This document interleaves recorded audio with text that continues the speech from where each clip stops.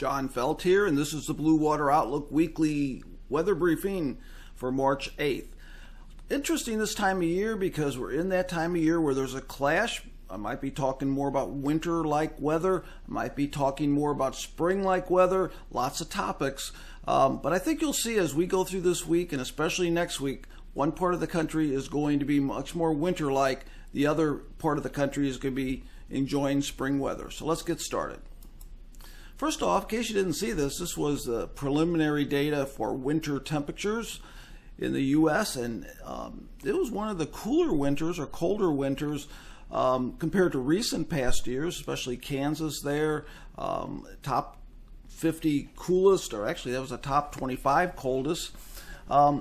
Southwest U.S., where we had all the wildfires, was unusually mild. Now that's U.S. Let's put this in perspective globally, and only 8% of the globe experienced below normal temperatures, so we were a little bit of an anomaly compared to what global temperatures were, which were still quite warm. So put that in perspective. Okay, now precipitation, boy, this locked in on a La Nina winter, which brings wet weather in the northwest and the Ohio River Valley into the south central U.S. and very dry conditions in the southwest. One of the things I want to talk about, I want to do my research and put out a post this week, is to talk about how soil moisture has changed so far in winter and maybe some ramifications for the growing season. So stay tuned to that. So spring is moving forward in some spots, and some years it just comes fast and some years it comes slow. This year it's sort of bits and starts here. What you can see here is the blue is where it's sort of later than normal. This is the initial leaf, when you first seen the initial leaf blossoms.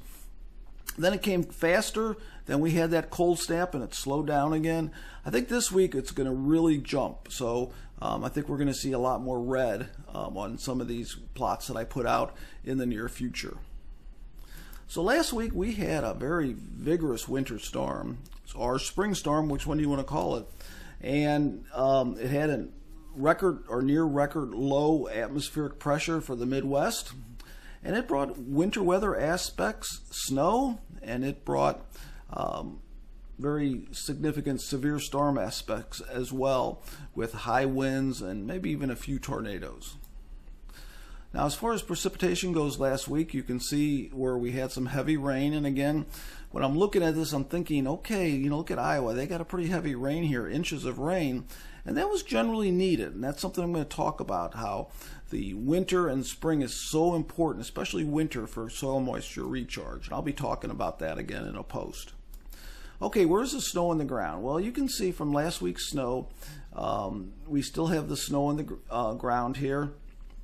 And what we have is we're having that melting. And when you have this sort of open areas to the north and the south, it can melt very quick. So I'm not worried at all about this snow having an impact on spring flooding. It'll probably raise some creeks. It'll probably give some maybe small tributary flooding. But overall, I'm not too concerned with that. That's going to melt very quickly this week. So temperatures last week, before that front moved through later in the week, averaged above normal, most of the country above normal, and parts of the north central U.S. well above normal.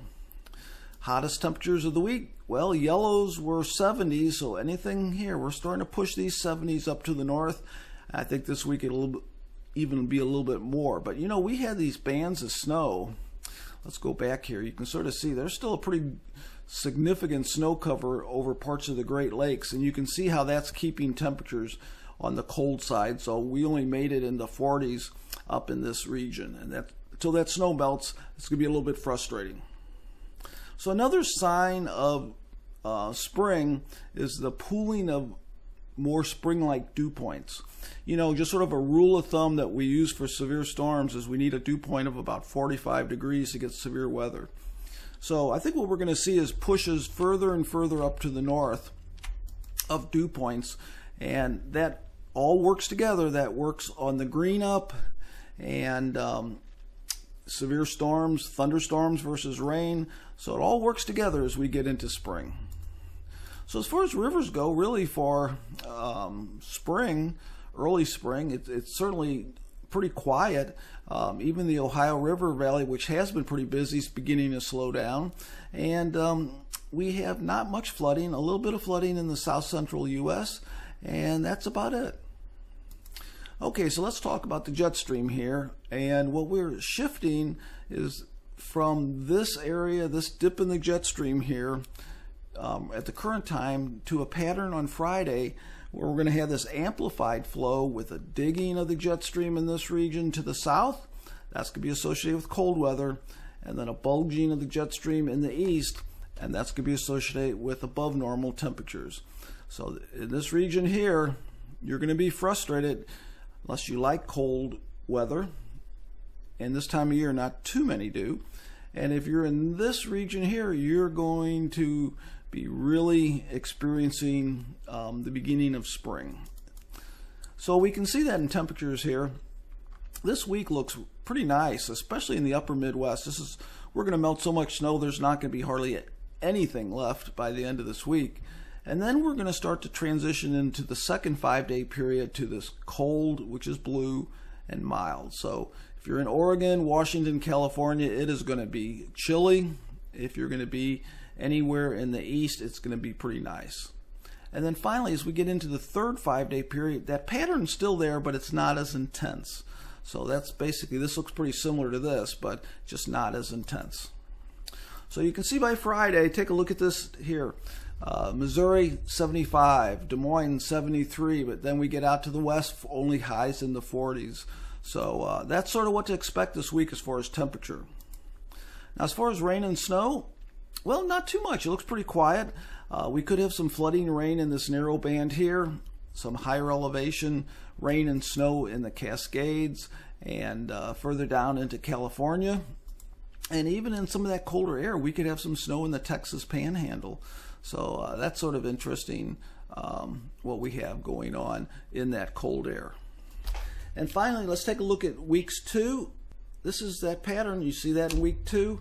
And here's our precipitation. East Coast could get some heavier rain in week 2. And then finally, let's take a look at weeks 3 and 4. Well, we'll see here, but this looks like maybe another burst of spring continuing over the central U.S.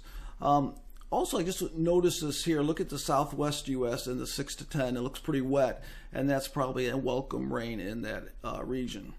So that's this week's briefing. Some areas really going to feel like spring. Other areas it's going to be like, hey, we're still in winter. Have a great week. Take care.